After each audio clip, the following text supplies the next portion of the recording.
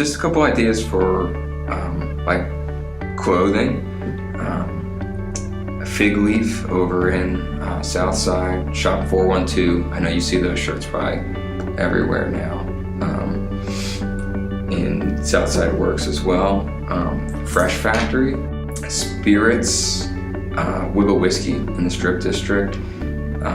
It's really good. I mean, I remember 3-4 years ago when they just started, they had 2 whiskeys. Now there's not a bar or restaurant local in Pittsburgh that doesn't have some sort of spirit from Wiggle Whiskey. It's pretty cool. It started from a Carnegie Mellon graduate too. Yeah, really cool. Maggie's Farm Rums.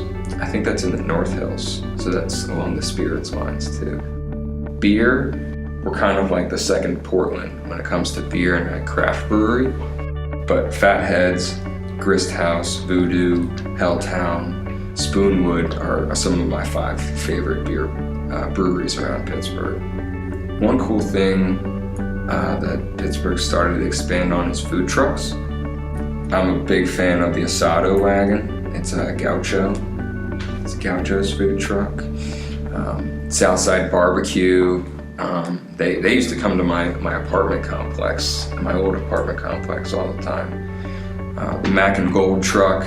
That's kind of a classic Pittsburgh food truck, one of the originals too.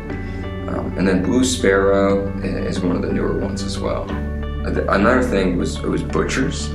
I thought it was pretty cool as a local thing. I'm a big meatitarian, if you will. So it's been pretty cool, the explosion of butcheries around Pittsburgh, like local butchers, so that you don't have to rely upon Giant Eagle and so forth. DJ's Butcher Block in Bloomfield, Butcher on Butler in Lawrenceville.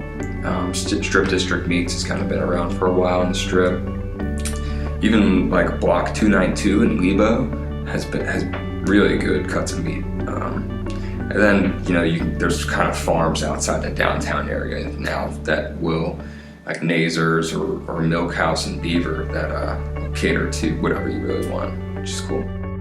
Bakeries, you got Oakmont Bakery, Nancy B's. I don't know if you've heard of them. They're over by the waterfront. It's just this like little mom and pop shop who they do cookies mainly.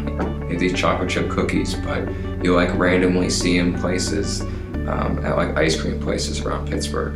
Specifically like Page's Dairy Mart over on South Side. Actually saw them in the airport. Nancy B's? I couldn't believe it. Yeah. So that's cool. They said they sell 24 dozen a day out of the airport store. I was like, that's some good work. The Gourmandine in Lawrenceville is one of the best bakeries in the city. Gluten-Free Goat is kind of caters to that gluten-free crowd. And then the last one was Edward Mark, which is like a chocolatier.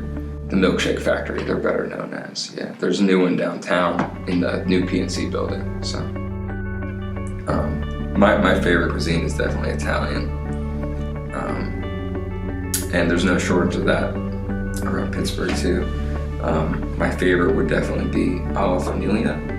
It's rather expensive, so I can only go like maybe once a year for a special event. But it's they have a veal chop that's like veal chop Milanese. That's just like a tomahawk of a huge steak. So it's really cool. Penback in the Strip District, which is Strip District is small business central really. That's where it was born and bred.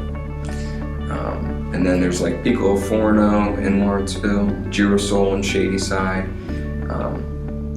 There's a new place in the Strip called Dianoia's, and then Pasta 2 is a big favorite of mine. It's more like a Americanized Italian food, but it's still really good. It's in down 88 off Library Road. Really, if anyone asks me like because I get like questions for recommendations all the time. Someone asks me like where they should go on a date or this or that. I'd say at least 50% of the time I tell them to go to one of Richard Deschamps' restaurants. Meat and Potatoes, Taco, Butcher on the Rye, or Pork and Beans. Meat and Potatoes, though, in particular, which was the first one in his restaurant group in Pittsburgh, is absolutely incredible. It's they have a brunch too that is my favorite brunch in Pittsburgh. Smallman Galley. I don't know if you've heard of them before.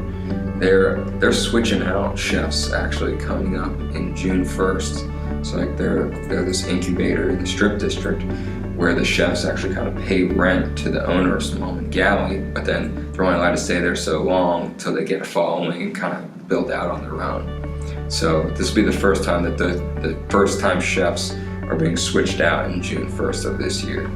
But I think that concept is so cool, and it's definitely going to spread throughout Pittsburgh and further.